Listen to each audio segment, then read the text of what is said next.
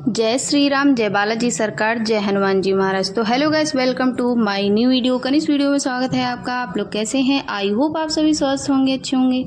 तो इस वीडियो में जो खास महत्वपूर्ण जानकारी है आप सभी के लिए, जो लोग हनुमान जी की पूजा, साधना और मनोकामना के लिए करना चाहते हैं, तो आप सभी को एक बहुत ही अच्छी जानकारी भी है आज इस वीडियो में, और वीडियो को पूरा जरूर देखिएगा। चैनल पे नए हैं तो प्लीज़ चैनल को सब्सक्राइब करें। कमेंट बॉक्स में जयकारा श्री राम का जरूर लगाइए। देखिए, राम नाम अति प्रिय है बाबा को, तो जहाँ पर राम नाम होता है वहाँ बाबा उपस्थित होते हैं, हनुमान जी महाराज। तो देखिए, मैंने जो ये पूजा की है वो आप सभी को दिखाने के लिए आप इस तरीके से विधि कर सकते हैं। जो खास अवसर है वो 26 जून से 4 जुलाई तक जो गुप्त नवरात्रि हैं, उन पावन अवसरों पर देखिए, जब हनुमान जी की हो पूजा या किसी भी देवी देवताओं की पूजा हो, जो शुभ अवसर आते हैं, खास अवसरों पर खास तरीके से पूजा करने का बहुत ही अच्छा फल मिलता है। तो आप लोगों को, बहुत सारे लोगों का कमेंट अभी आएगा कि हम गुप्त नवरात्रि नहीं जानते। देखिए, साल में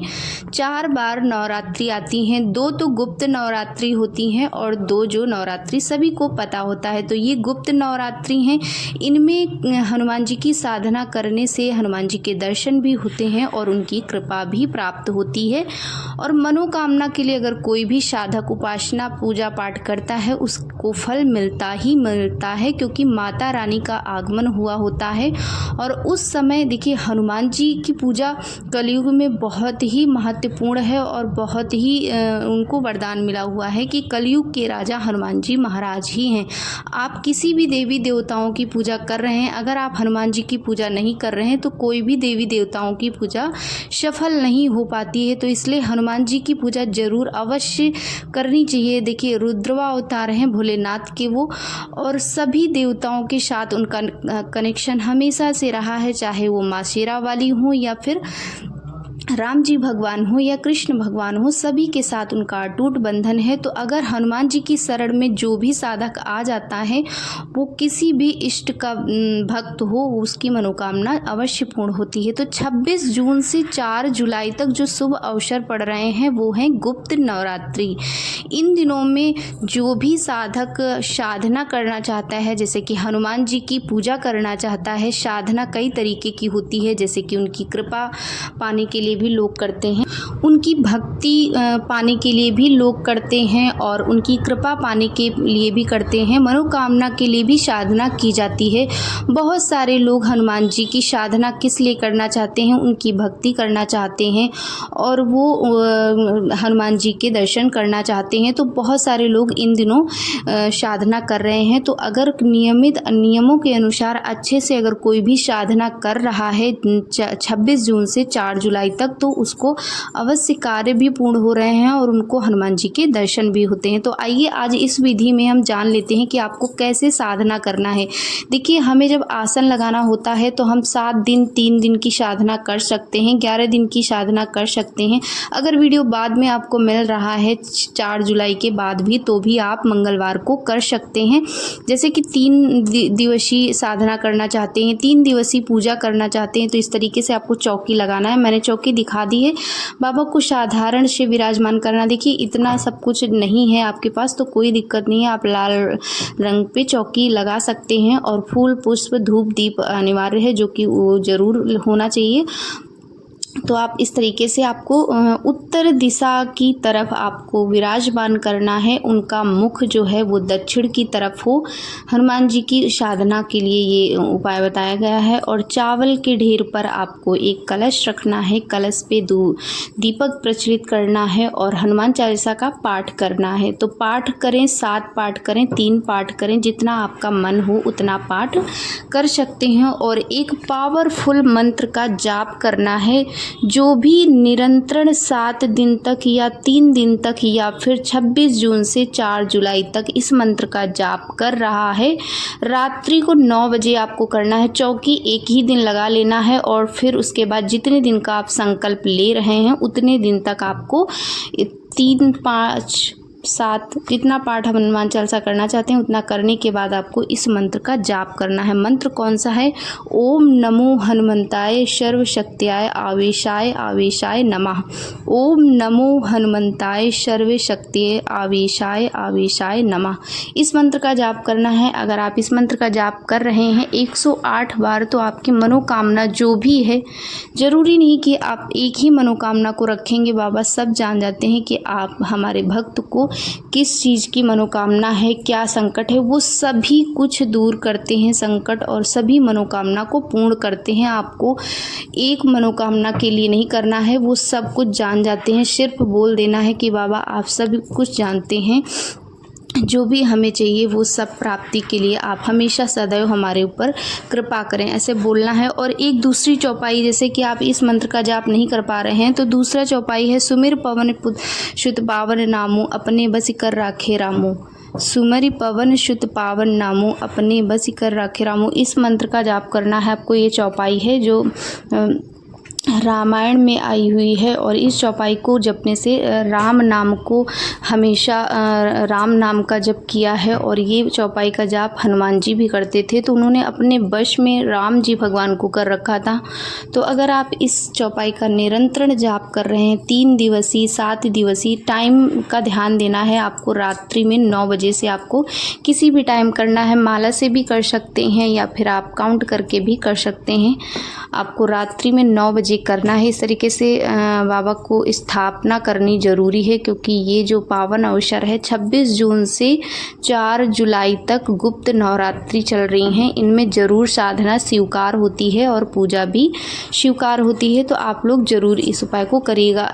देखिए, रुद्राक्ष की माला से या तुलसी की माला से आपको इस मंत्रों का जाप करना है। जो 2 मंत्र मैंने आप सभी को बताए हैं, आप सभी को स्क्रीन पर भी हम लिख कर इस मंत्र को दिखा देते हैं, आप लोग देख लीजिएगा। बहुत सारे लोगों का कमेंट होता है कि मुझे समझ नहीं आया, तो इसलिए मैं इस यहाँ पर लिख दे रही हूँ, आप लोग इस मंत्र को देख लीजिएगा। खास अवसरों पर खास विशेष पूजा स्वीकार होती है बाबा की। देखिए, हम अलग अलग समय पर अलग अलग तरीके से पूजा पाठ करते हैं। ज़रूरी नहीं कि हम ये सारे उपाय कर चुके होते हैं फिर हम ये सोचें कि हम फिर से क्यों करें, हमने किया था, हमारी मनोकामना नहीं पूरी। ऐसा नहीं है। देखिए, कभी कभी क्या होता है कि कभी कभी हमारा पूजा सही हमें लगता है पर वो हो नहीं पाती है, और जिस वजह से पूजा स्वीकार नहीं होती है। और एक बात और भी है, जब हम किसी कार्य के काबिल होते हैं, जिस मनोकामना को हम कर रहे हैं वो मनोकामना हमारे लायक होती है या हम उसके पात्र होते हैं, तभी जाके होता है। ना कि हम किसी भी समझ को, मतलब कि जैसे कि वो हमारे काबिल भी नहीं है, उस मनोकामना को हम कर लेते हैं और फिर बाबा पे बोल देते हैं कि उन्होंने हमारी अर्जी स्वीकार नहीं करी है। तो देखिए, जो कार्य आपके लायक है, जिस मनोकामना को लग रहा है कि हाँ ये हम कर सकते हैं, ये हमारे लिए उपयोगी है, जिसके पात्र हैं हम किसी भी कामना के, जैसे कि जॉब, सरकारी जॉब के लिए ही हम रख लेते हैं। कुछ लोग क्या करते हैं कि हम पढ़ते नहीं, ध्यान नहीं देते हैं पढ़ाई पर, और जॉब के लिए हम अप्लाई कर रहे हैं सरकारी जॉब पर और उसके लायक भी नहीं है, और मनोकामना भी रख लेते हैं कि बाबा हमारी मनोकामना है कि ये हमारा कार्य पूर्ण हो जाए, और नहीं होता है, फिर बोल देते हैं कि भगवान ने ही नहीं पूर्ण किए। ऐसा नहीं है, भगवान फल देते ही देते हैं अगर उसके लायक आप होते हैं। बहुत सारे लोग कहते हैं कि हम 4 दिन 5 दिन हनुमान चालीसा का पाठ कर लें और हमारे साथ अच्छा होने लगा। ऐसा नहीं होता है, कि हमें भी टाइम देना पड़ता है, भगवान पर समर्पण करना पड़ता है, प्रभु को अपने कार्य को मनवाने के लिए उनको भी मनाना पड़ता है, उनकी पूजा आराधना करके उनको खुश करना पड़ता है, तब जाकर वो हमारे ऊपर खुश होते हैं। तो आप लोग हार मत माना करिए और बाबा पर बिल्कुल भी दोष ना करिए। अगर कोई भी कार्य आपका रुक रहा है, कोई भी असफलता मिल रही है नियमों के अनुसार पूजा पाठ करने के बावजूद भी, तो वो आपके लिए लायक नहीं होगा, इस वजह से टल रहा है। ऐसा हमेशा पॉजिटिव सोच रखनी चाहिए। बाबा पर अगर भरोसा करते हैं तो वो कभी भी भरोसा नहीं तोड़ते हैं। देर भले हो सकती है वहाँ पर, उनकी जो आपकी कामना है, मनोकामना, उसमें देरी भले भी हो सकती है, मगर अगर उसके लायक आप हैं, वो आपके लिए इम्पॉर्टेंट है, तो वो आपको पूर्ण होगी ही होगी। क्योंकि बाबा कभी भी अपनी पूजा का असफलता फल नहीं देते हैं, वो हमेशा फल देते ही देते हैं, कोई भी हो। तो इस तरीके से देखिए हमने पूजा पाठ करा है और हनुमान चालीसा का संकल्प भी कर सकते हैं, एक दिवसीय भी पाठ कर सकते हैं। 100 पाठ का संकल्प आप रात्रि में कर सकते हैं, ब्रह्म मुहूर्त में सुबह 4 बजे भी कर सकते हैं। क्योंकि टाइम देखिए एक ही आसन पर बैठकर करना चाहिए, ना कि हम 50 पाठ कर लें फिर 50 पाठ बाद में करें, ऐसा नहीं करना चाहिए। जितने पाठ का हम संकल्प ले रहे हैं, एक ही आसन पर बैठकर हमें पूरे पाठ करना चाहिए। देखिए कुछ पाने के लिए कुछ मेहनत तो करनी ही पड़ती है। तो हम जब भी देखिए हम 3 दिवसीय 7 दिवसीय नहीं करते, कभी भी 3 दिवसीय या 7 दिवसीय का मन्नत नहीं मांगते हैं। हम जितना कर पाते हैं उतनी ही मन्नत मांगते हैं। जैसे कि हम 1 दिवसीय मानते हैं हमेशा, और बाबा ने अभी तक जितने बार भी हमने माना कि हे प्रभु हमारी ये मनोकामना पूर्ण कर दीजिए, मैं फिर 100 पाठ आपको हनुमान चालीसा के करके सुनाऊंगी। जिस दिन पूर्ण होगा हमारा कार्य, उसके अगले ही जो मंगल पड़ेगा या शनिवार पड़ेगा, उसी दिन मैं करूँगी। ये संकल्प मैं ज़रूर लेती हूँ। और उसी दिन में हम जब भी हमारे पास, जैसे कि सुबह टाइम में नहीं कर पाते, तो हम शाम को रात्रि के टाइम करते हैं। 9, 10, 11 बजे तक हमारा पाठ हो जाता है। और ऐसे मतलब कि 5 बजे से शुरू कर देते हैं और हमारा 11 बजे तक हो जाता है। इस तरीके से हम करते हैं पाठ। सुबह जो पाठ करते हैं वो 4 बजे से करते हैं, तो सुबह 8-9 बजे तक हमारा पाठ विधि पूर्वक हो जाता है। देखिए फूल भी बन रहा है हमारे दीपक में, क्योंकि हम पूजा पाठ अच्छे से करते हैं। हम एक आसन पर बैठने के बाद फिर उठते नहीं। तो जय श्री राम, जय बालाजी सरकार, जय हनुमान जी महाराज। मिलते